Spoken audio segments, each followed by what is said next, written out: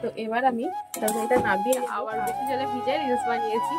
তো ঠাকুর করে যেন শরীরটা ভালো থাকে।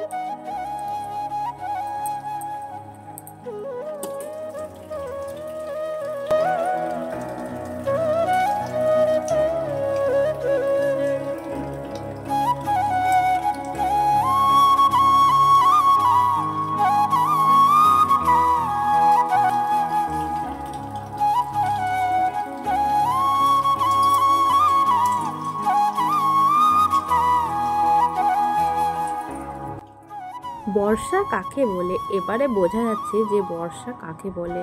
কালকে যেমন সারা দিনটা বৃষ্টি হয়েছে আর সারা রাত্রিটাও প্রচুর বৃষ্টি হয়েছে, ঝমঝম করে সারা রাত বৃষ্টি হয়ে গেছে। জানো তো বন্ধুরা, আমাদের সামনে যে একটা পুকুর আছে, দুধারে দুটো পুকুর ছিল, মাঝখান দিয়ে একটা রাস্তা ছিল, সেই রাস্তাটা ভরে গিয়ে দুটোর এক হয়ে গেছে।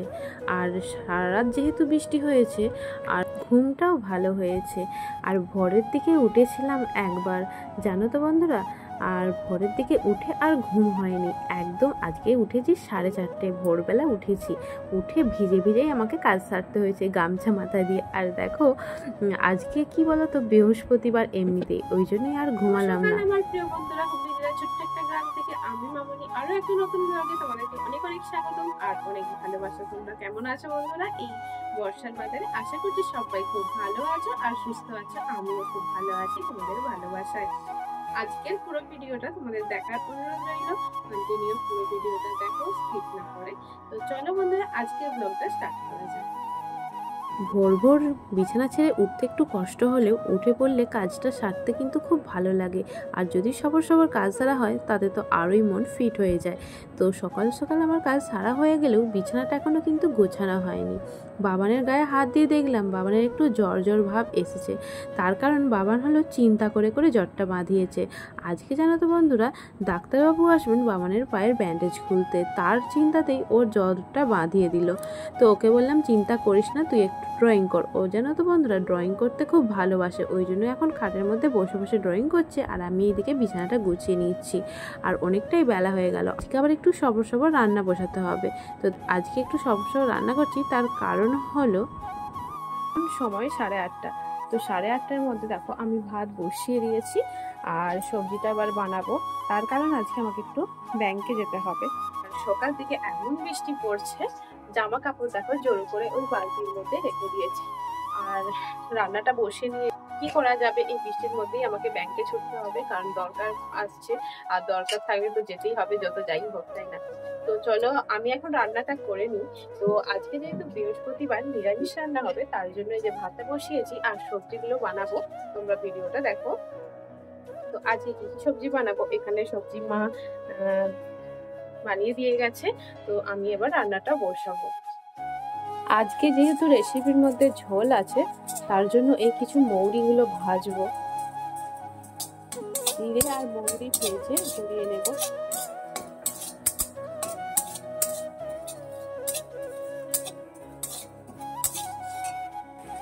আর বৃষ্টিতে দেখো পরিবেশটা সুন্দর লাগছে দেখতে, কিন্তু সুন্দর লাগলে কি হবে, বাইরে তো বেরোনো যায় না, তাতে যেন বেশি খারাপ লাগে।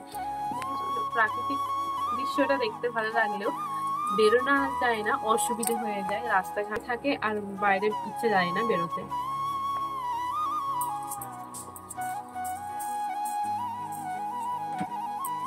এর সঙ্গে দুটি জিরে ভেজে নিচ্ছি।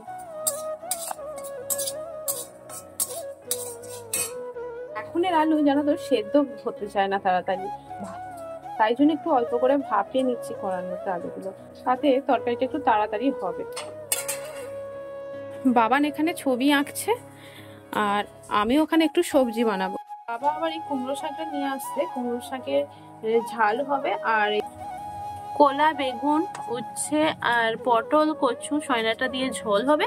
আর এটা কুমড়ো শাকটা বাবাই নিয়ে আসলো, তো এই কুমড়ো শাকটা এখন আমি কাটবো। তো কুমড়ো শাকটার ঝাল হবে। আলুগুলো তো সেদ্ধ করতে দিয়ে দিয়েছি আর এখানে ভাতটা হচ্ছে, ভাতটা একটু দেরি হবে, ততক্ষণে আমি কুমড়ো শাকটা কেটে নিই। জানো তো বন্ধুরা, আজকে সারাদিনটা বৃষ্টি হচ্ছে আর বাবা ভিজে ভিজেই চলে গেছিলো মাঠে। মাঠ থেকে এই কুমড়ো শাকগুলো নিয়ে আসছে। কুমড়ো শাকগুলো দেখতে খুব সুন্দর আর ভালোভাবে বানালে কিন্তু খুব সুন্দর লাগবে। আর যেহেতু আজকে বৃহস্পতিবার, বাবা বলল কি নিরামিষ হবে তো তো একটু ঝাল ঝাল করো। তো আমি বললাম ঠিক আছে। আর অল্প কিছু আজকের জন্য করলাম আর কিছু কালকের জন্য রেখে দিলাম, মানে অন্য একদিন হয়ে যাবে, ফ্রিজেতে রেখে দিলাম। আর সবজি আমার বানানো হয়ে গেছে। আর এখানে আমি ঝোলের জন্য দেখো এই করলাগুলো একটু হেলনি দিয়ে ভেজে নিচ্ছি। তো দেখো আমার করলাগুলো এদিকে হয়ে গেছে রেডি। এবারে ঝোলটা বসাবো। আর জানো তো বন্ধুরা, আগে থেকে আলুগুলো সেদ্ধ করে রেখেছিলাম, আর এখনের আলু যেহেতু সেদ্ধ হতে অনেকটাই দেরি হয়ে যায়, তার জন্য সেদ্ধ করে রেখে দিলে আর গ্যাসও একটু সাশ্রয় হয়। তো যাই হোক, আমি এবারে পটলগুলো একটু ভালো করে হেলেনি দিয়ে ভেজে নিচ্ছি। তো এইদিকে আমার পটলগুলো হেলেনি দিয়ে ভালোভাবে ভাজা হয়ে গেছে। আর একটু হলুদ কমের জন্য দেখো একটু সাদা সাদা লাগছে, কিন্তু ভালোভাবে হয়েছে। তো যাই হোক, এবারে কচু আর আলুগুলো একটু ভালোভাবে নেড়ে নিচ্ছি। আর আমি নয় খেয়াল নেই, আমি মনে করি যে ঝালের, ওই জন্য আলু অনেকগুলো দিয়ে দিয়েছিলাম। তারপরে মনে পড়ে গেল যে না না, এটা তো ঝোলের হচ্ছে বলে আবার দুটি অল্প আলু তুলে নিলাম। তারপরে দেখো এটাকে ভালোভাবে হেলে দিয়ে আর জল ঢেলে দেবো। আর ঝোলটা একটু বেশি পাতলা করব না, তো বেশি ঝোল খাওয়া যায় না, একটু শুকনো শুকনোই বেশি ভালোবাসে। তো দেখো আমি এর মধ্যে সমস্ত কিছুটা দিয়ে দিচ্ছি, পটল, সয়না ডাঁটা, বেগুন, যাবতীয় যেসব ছিল সেগুলোকে দিয়ে ভালোভাবে নেড়ে ঢাকা দিয়ে দিলাম। দেখো এই জিরে মৌরিগুলো যেগুলো ভেজে রেখেছিলাম সেগুলো এখন গুঁড়ো করে নেব। আর ওইখানে ঝোলটা বসিয়ে দিয়েছিলাম, দেখলাম তারপরেই ডাক্তারবাবু আসছেন। তারপরে বাবানের ব্যান্ডেজ আরে খুলতে আর করতে এখানে দেখো আমার ঝোল সেদ্ধ হয়ে গেছে, ঝোলের আলু বলো সমস্ত কিছুটা রেডি হয়ে গেছে। তো এবারে আমি ঝোলটা নামিয়ে একটু সম্বরে নেব, তাহলেই আমার ঝোল রেডি হয়ে যাবে। তো এখন আমি সম্বরব। দেখো কড়াইয়ের মধ্যে দিয়ে দিলাম তেল, তারপরে দিয়ে দিলাম 5 ফোড়ন আর তেজপাতা আর একটা গোটা লঙ্কা দিয়ে সম্বরে নেব। আর শেষে দেব ঝোলের মধ্যে সর্ষে বাটা, তা আর একদম শেষে দেব আর জিরে মৌরির গুঁড়োটা, তাহলেই আমার ঝোল রেডি হয়ে যাবে।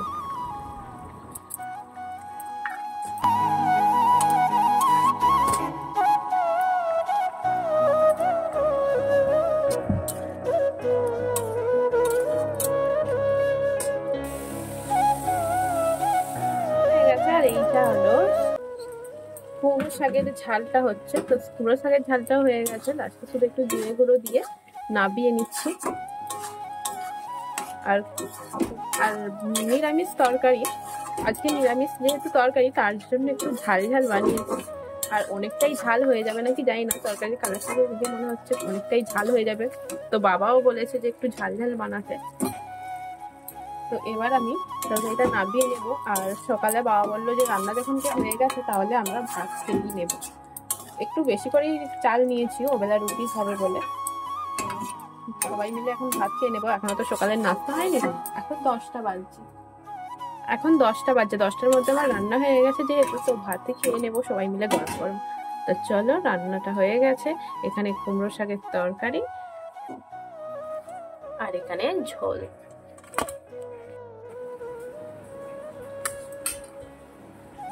এখন বাজে 11:30। তো 11:30টার মধ্যে আমার সমস্ত কাজ সারা হয়ে গেছে। এবারে যাচ্ছি ব্যাংকে।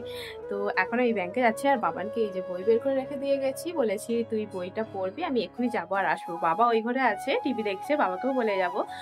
তো বাবানকে স্নান টান করিয়ে দিয়ে যাচ্ছি। আর আমাদের তো খাওয়া দাওয়া হয়ে গেছে। তো চলো বন্ধুরা, আমি ব্যাংক থেকে আসি, এসে তোমার সাথে আবার দেখা হচ্ছে। হ্যালো বন্ধুরা, এখন বাজে দুটোর সময়, এই মাত্র ব্যাংক থেকে আসছি। আর কি বলতো, ব্যাংকের লিঙ্ক ছিল না, অনেকক্ষণ ধরে দাঁড়িয়েছিলাম, প্রায় 2 ঘন্টার মতো দাঁড়িয়েছিলাম। কারণ গেছিলাম 11:30টার সময় করে, আরে গেছিলাম তো 12টা, 1টা, 2টো, 2.5 ঘন্টার মতো বসেছিলাম সেখানে। এত লিঙ্কের প্রবলেম হচ্ছে কি বলবো। তো এই মাত্র ভিজে ভিজে আসলাম, পুরো ভিজে গেছি একদম। আর বৃষ্টিটা প্রচুর হয়েছে, একটু বৃষ্টি থামেনি। তো ভিজে ভিজেই আসলাম। দেখো বাবা সেখানে তখন থেকে বসেছিল, তো বসে বসে টিভি দেখছিল। তো চলো বন্ধুরা, একটু পরে দেখা হচ্ছে তোমাদের সাথে। ব্যাংক থেকে এসে আমি কিছু রিলস বানালাম। আর রিলস বানাতে গিয়ে পুরো ভিজে গেছিলাম বলে আবার এই মাত্র স্নান করে আসলাম। দেখো আমি এই মাত্র স্নান করে এসেছি, চুলটা পুরো ভিজে আছে। তো এখন আমি ভাত খাবো, খিদে পেয়ে গেছে। এখন 3টে বেজে গেছে, রিলস আরে বানাতে স্নান করতে আর করতে 3টে বেজে গেছে। এবার ভাত খাবো, খেয়ে একটু রেস্ট নিয়ে আবার রুটি বানাতে হবে। তো আমি এখন ভাত খাবো। তো চলো বন্ধুরা, চুলটা এতক্ষণে শুকাচ্ছিলাম পাকার হওয়াতে। তো এবার শরীরটা না খারাপ করে দেয়। বৃষ্টির জলে ভিজে রিলস বানাচ্ছিলাম তো অনেকদিন বৃষ্টির জলে ভিজা হয়নি, জানি না স্যুট করবে নাকি। এত বৃষ্টির জলে ভিজে ভিজে ওখান থেকে আসছি, ব্যাংক থেকে বাড়িতে আসছি, আবার বৃষ্টির জলে ভিজে রিলস বানিয়েছি। তো ঠাকুর করে যেন শরীরটা ভালো থাকে। তো চলো বন্ধুরা আমি ভাত খেয়ে নিই, খেয়ে তোমার সাথে আবার পরে দেখা। হ্যালো বন্ধুরা, এখন বাজছে বিকেল 5টা। তো ভাত খেয়ে শুতে আমাদের 4টে বেজে গেছিলো। ওই 1 ঘন্টার মতো রেস্ট নিলাম, নিয়ে এই মাত্র উঠেছি। উঠি এখন আটা চালছি, রুটি হবে বলে। এখন আমি আটা চালছি। আর আজকে সারাদিন বৃষ্টি পড়ে যাচ্ছে, একবারও যদি বন্ধ থাকতো।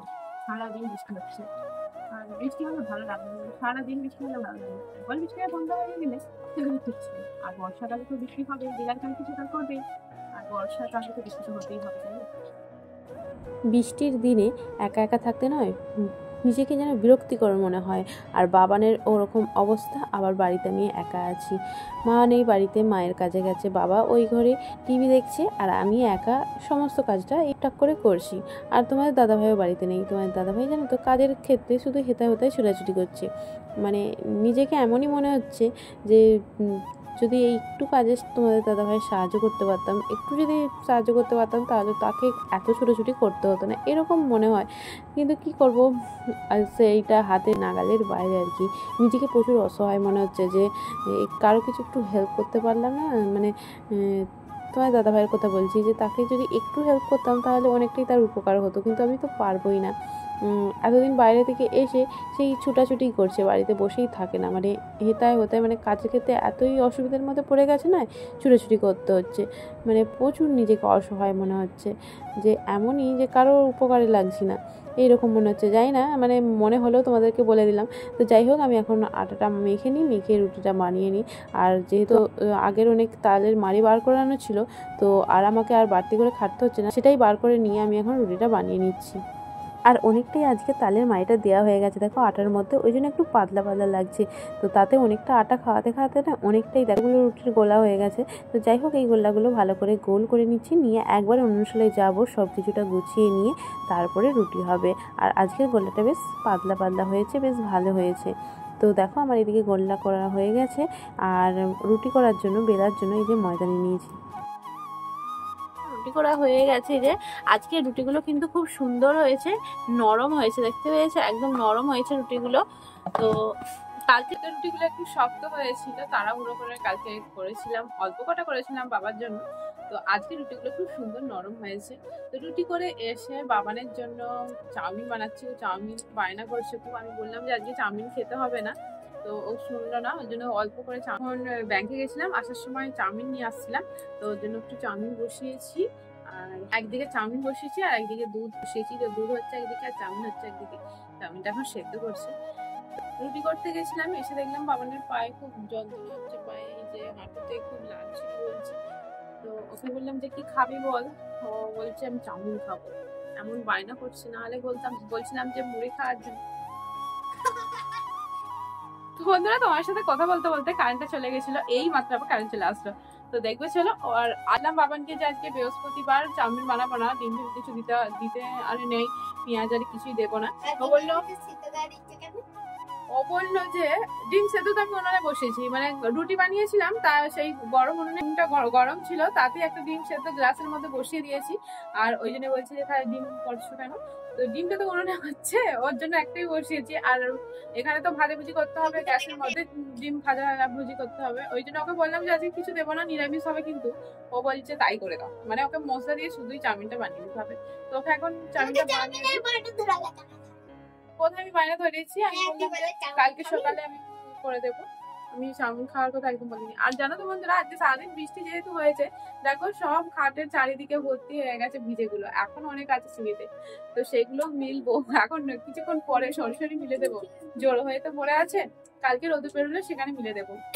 তো চলো দেখো, এই যে চাউমিনটা হচ্ছে, আর এই যে দুধ হচ্ছে, দুধটা উত্তরে পড়ে গেছে, যা একটু সরে চলে গেছি, দেখলাম উত্তরে পড়ে গেছে, একদম গ্যাসে কি অবস্থা হয়ে গেল। তো হ্যালো বন্ধুরা, এখন সময় হলো 9:30, রাত 9:30। তো এখন বাবানকে বই আরে পড়ানো হয়ে গেছে, তো বইটই পড়িয়ে এই যে দেখো দুধ খাওয়াবো। আর সন্ধ্যাবেলা তো নাস্তা করেছিল চাউমিন আর ডিম সেদ্ধ করে দিয়েছিলাম, ও রুটি খাইনি, আমি রুটি খেয়েছিলাম সন্ধ্যাবেলা।